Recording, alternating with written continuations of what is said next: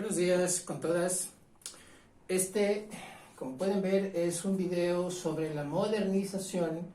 La modernización junto con la Revolución Francesa son los dos temas que van a estar en la prueba parcial. Así que, por favor, pongan atención. La prueba parcial va a tratar sobre 3 cosas de cada tema. La primera de ellas es la clase, sobre 4 cosas. La primera de ellas es la clase online de cada tema, digamos, la clase online de la Revolución Francesa, los documentos monográficos que yo subí, que les compartí en Educay sobre la Revolución Francesa, los videos de YouTube que he subido en el canal respectivo para trabajar. Perdón, 3, no 4. Es el mismo caso con la modernización. Tuvimos clase online, ahora estamos a punto de desarrollar este video y también el día de hoy, domingo, va a estar subida antes de las 7 de la noche una monografía acerca del mismo tema. La idea es que ustedes hagan las 3 cosas, es decir, que vean el video en YouTube, que lean la monografía y que, espero, lean las notas que hayan tomado durante las clases online. Hay algunas preguntas que son de una fuente, de la otra, o por último de las notas. Así que la única manera de tener una nota perfecta en esto es haber hecho las 3 cosas. Espero que así lo hagan y que así lo hayan hecho. Entonces, la modernización. Primero que nada, la modernización es un proceso. Eso es lo que es importante entender desde el principio. No hablamos de un estado de una sociedad, no hablamos de una cualidad, no hablamos de una característica. La modernización es un proceso.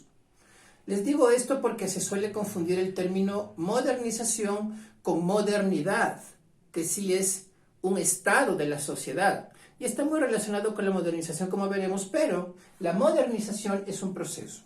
Y es un proceso que tiene que ver puntualmente con lo económico, con lo productivo, para ser aún más precisos. ¿Okay?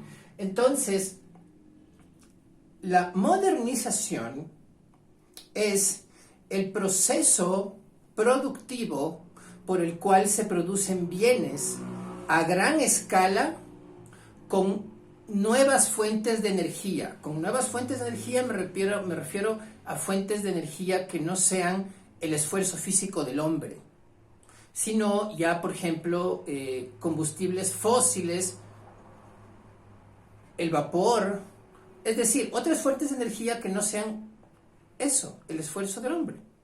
Entonces, el momento en que pasamos a eso, ya entramos a la tecnología. La tecnología no es otra cosa que la ciencia aplicada. Desde que descubrimos el vapor y tuvimos que ingeniárnosla para aprovecharlo, para hacer, por ejemplo, ductos que soportaran el calor, pero que por afuera sean fríos o tengan un sistema congelante que haga que no se caliente toda la maquinaria. Eso ya es ciencia aplicada. Mucho de eso es química, otra parte de eso es física. Se involucra la mecánica de fluidos porque el vapor es un fluido, etcétera. Ya desde que nosotros contamos con fuentes de energía que no son el esfuerzo humano, ya hablamos necesariamente de la ciencia aplicada, es decir, de la tecnología. Entonces, la industrialización, que es la tecnología aplicada a la producción a gran escala, eso es la industria. Así que hay, dentro de la teoría de la modernización,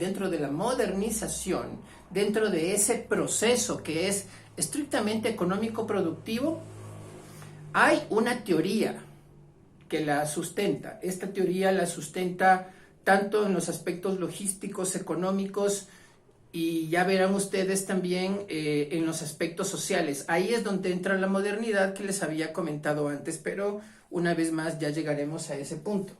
Así que la teoría de la modernización, que es la que en teoría, valga la redundancia, justifica la modernización y sus objetivos globales, planetarios, mundiales, la teoría de la modernización dice lo siguiente: la modernización va a permitir a los países subdesarrollados pasar a ser países desarrollados. Esta característica aparente de la modernización es la que la haría deseable para los países subdesarrollados. Imagínense ustedes la existencia de una teoría que enseña cómo los países pobres se pueden volver países ricos, tales como los países ricos que todos conocemos. Ese supuesto, como veremos más adelante, no es necesariamente lógico, es una afirmación subjetiva, porque lo que ellos están haciendo con la teoría de la modernización es describir el proceso histórico que ellos han vivido para llegar a donde están. Pero ellos están donde están no solamente por la modernización, hay muchos más factores que analizar.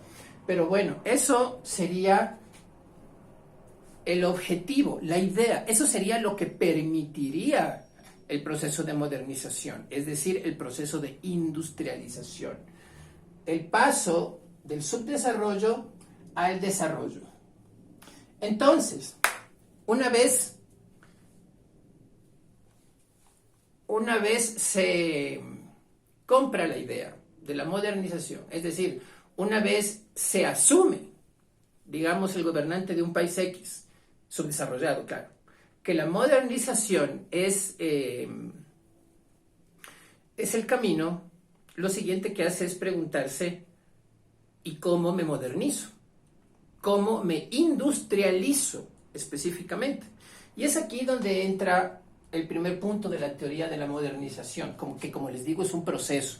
Un proceso es un conjunto de pasos metódicos para alcanzar un fin específico. Eso es un proceso.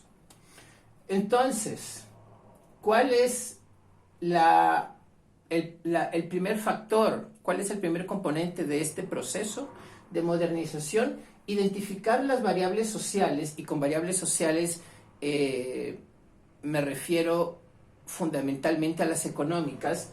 Identificar las variables sociales que pueden en algún determinado momento ser factores para el desarrollo. Por eso es que les digo que lo económico es lo más importante.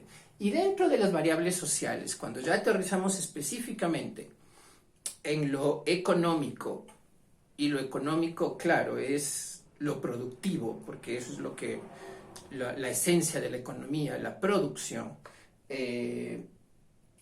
o la extracción, pero en todo caso la acumulación de bienes o servicios para después venderlos, cambiarlos, etc.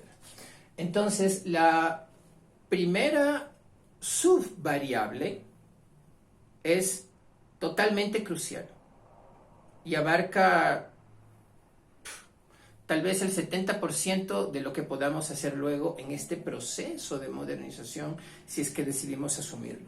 Me refiero a la matriz productiva. La matriz productiva de un país es el conjunto nuclear de actividades, productos y servicios que le permiten a ese país tener ingresos. ¿Cómo un país tiene ingresos? Principalmente con sus exportaciones, o sea, con lo que vende en el exterior. Porque no se puede decir propiamente que sea un ingreso el vender dentro del mercado interno. Sin embargo, sí es un ingreso interno la tributación, por ejemplo. La tributación también se aplica a las importaciones, o sea, a lo que compramos de fuera. Bueno, las exportaciones que hace un país evidentemente dependen de aquello que produce, de aquello que vende, si es que no produce nada. Eso es lo que se llama la matriz productiva. Entonces, ¿cuáles son los productos o las materias, lo que sea, los bienes, para hablar en general, que constituyen la matriz productiva del Ecuador. El petróleo, el cacao, el banano, el camarón, el café, tal vez se me pase alguno más, alguna pesca también, como por ejemplo el atún, las langostas, se venden mucho. Básicamente es eso. Es decir, nosotros vendemos materia prima. El petróleo no es otra cosa que una extracción de una sustancia, que luego la vendemos a otros países, y ya voy a hablar del petróleo, pero que no cambiamos, que no transformamos nosotros suficientemente. Nadie quiere decir que aquí no hay una refinería y que ciertos derivados del petróleo muy básicos se saquen en muy pequeña cantidad. Pero, como dice el dicho, 2 golondrinas no hacen verano. Es decir, la industria ecuatoriana del petróleo es tan incipiente, tan pobre, que no produce nada para exportar. Y nosotros, por ejemplo, terminamos comprándole derivados del petróleo a Colombia, que está aquí cerca. Le compramos nafta, por ejemplo. La nafta es, si es que no lo saben, un combustible muy utilizado en los aviones, por ejemplo, y para otras cosas relativas a la aviación. En fin, esa es nuestra matriz productiva. De eso es lo que vivimos y de eso es lo que hemos vivido siempre. Ahora, ¿qué podemos hacer para industrializarnos de acuerdo a la teoría de la modernización? Comenzar a producir cosas a base de la industria. Volviendo al ejemplo del petróleo, podríamos nosotros invertir en muchas refinerías de mucha más calidad, lo cual significaría una inversión de billones de dólares probablemente, pero ese no sería nuestro principal problema. De hecho, nuestro principal problema sería dónde colocar ese producto, porque la teoría de la modernización y la modernización en sí son procesos que se comenzaron a dar primero en Europa. Por ejemplo, Gran Bretaña comenzó a modernizarse a partir de la segunda mitad del siglo XIX, o sea, desde 1850. En el siglo XIX, o sea, desde 1910, por ejemplo, para adelante, con Gran Bretaña también más o menos al mismo tiempo, se industrializaron Alemania y Francia, por el lado de Europa. Poco después, luego del año 1900, se industrializaron Estados Unidos, Japón, Rusia. Con eso ya tenemos el primer grupo de los G5, es decir, los países más poderosos y por lo tanto los que comenzaban a mover los hilos del mercado mundial. Bueno, conforme ha pasado el tiempo se han industrializado otros países, especialmente de Europa, en América del Norte ya también se industrializó Canadá, etc. Y nosotros, claro, no nos industrializamos nunca. ¿Cuándo fue el momento en que nos debimos haber industrializado? No solo como país, sino como Latinoamérica, poco después de que fuimos república. Específicamente, se ha dicho, esta es la opinión de muchos historiadores, que Ecuador debió haberse industrializado cuando hubo el boom petrolero. Pero eso es otro asunto. No nos industrializamos, perdimos la oportunidad. Ahora que la mayor parte del mundo está industrializado, ya están en cierto modo repartidos los nichos de mercado. Entonces ahorita entrar a competir, siendo un país tan pequeño, sería muy difícil. No solamente porque ya estén copados los sitios, por así decirlo, sino porque nosotros tenemos desventajas en el sentido de la distancia, por ejemplo. Regresando al mismo petróleo,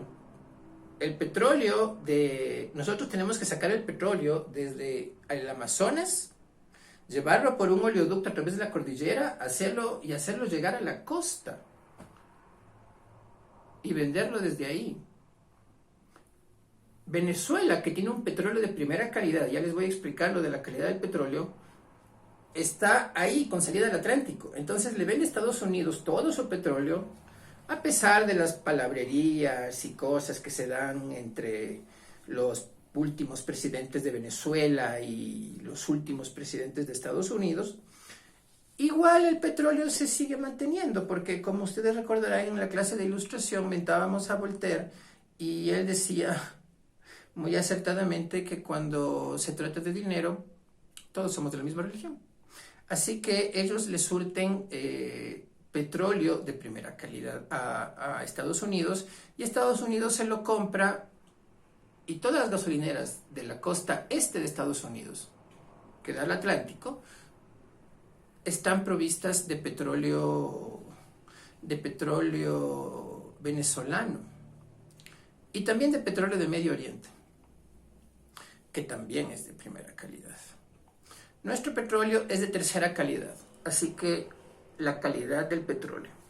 La calidad del petróleo está fundamentalmente determinada por el nivel de densidad del petróleo. Ustedes saben lo que es la densidad de un líquido. La mayor acumulación de materia dentro de un mismo volumen, es decir, los espacios intermoleculares son menores, y eso es lo que hace que un líquido o un gas sea más denso que otro. Entonces,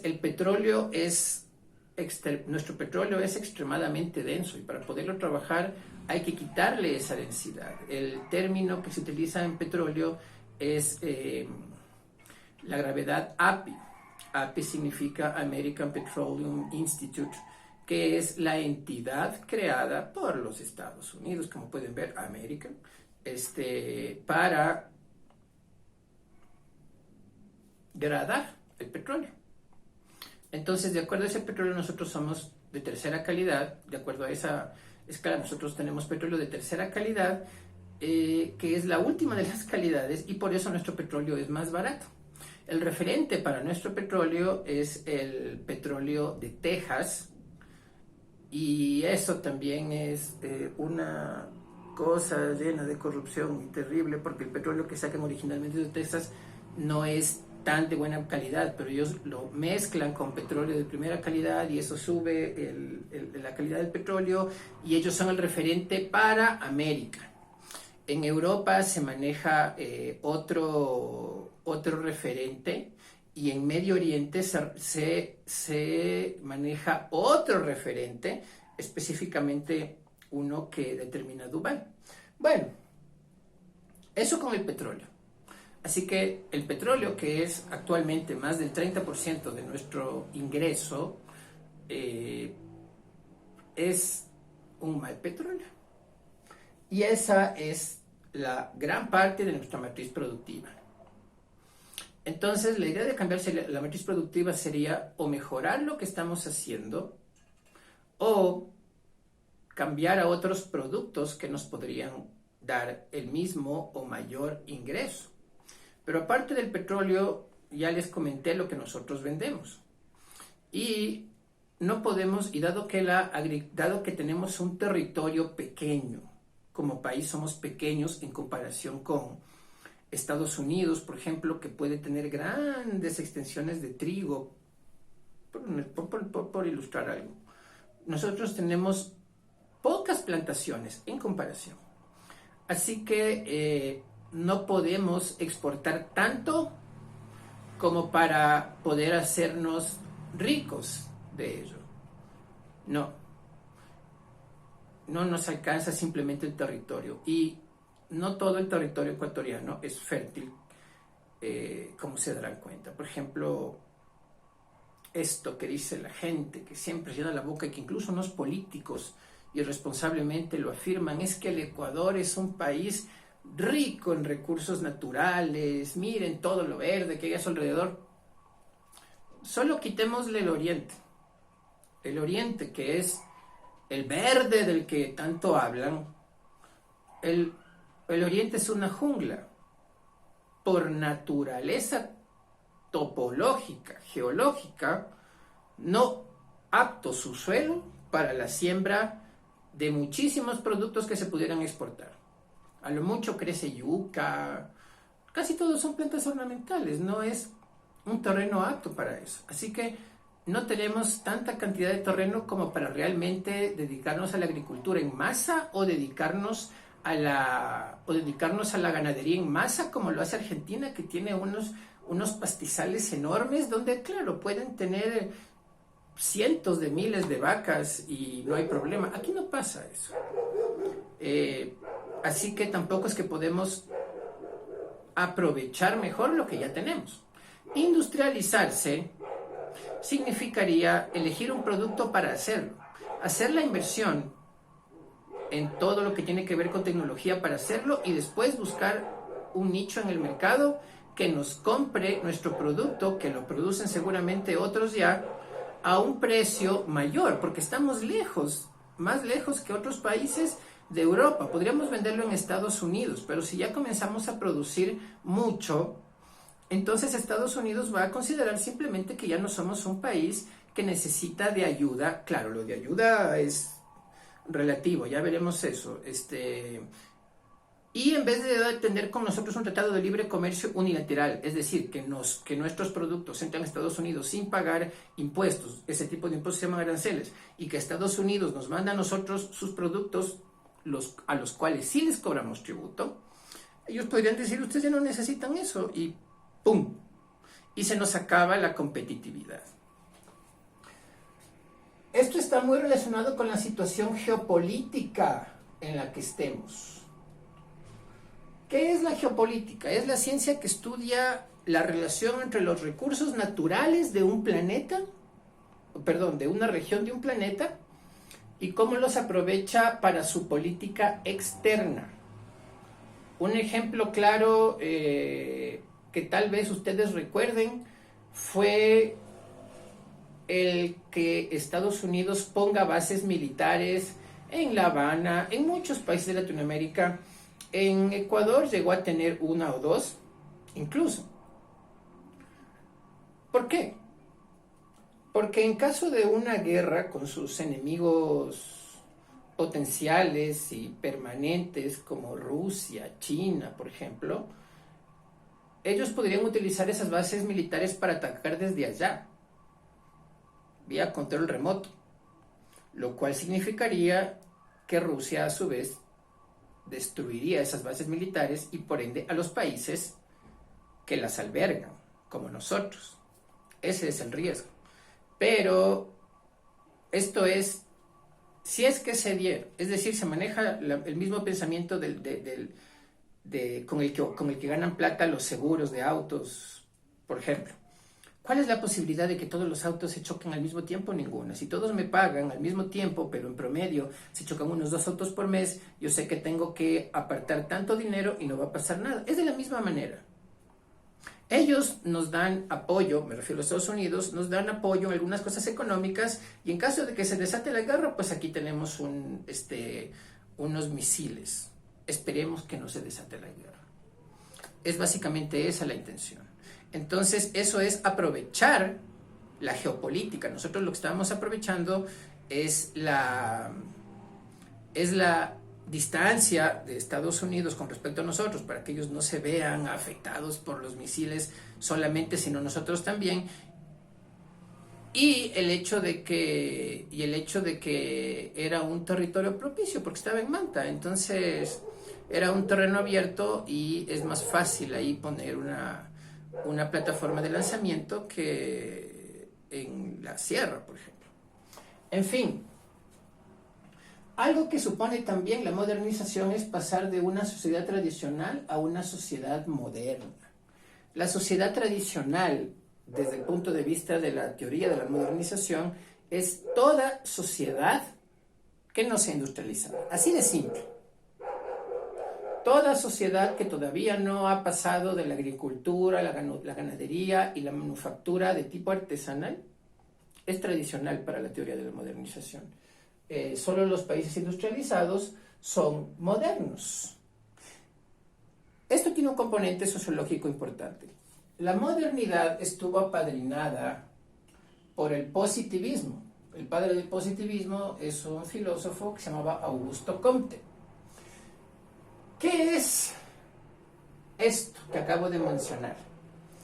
Antes de la modernidad, y la modernidad se puede entender como un producto aún más lejano en el tiempo de las ideas de la Ilustración que se plasmaron en la Revolución Francesa, como ustedes recuerdan porque vimos eso en clase, bastante.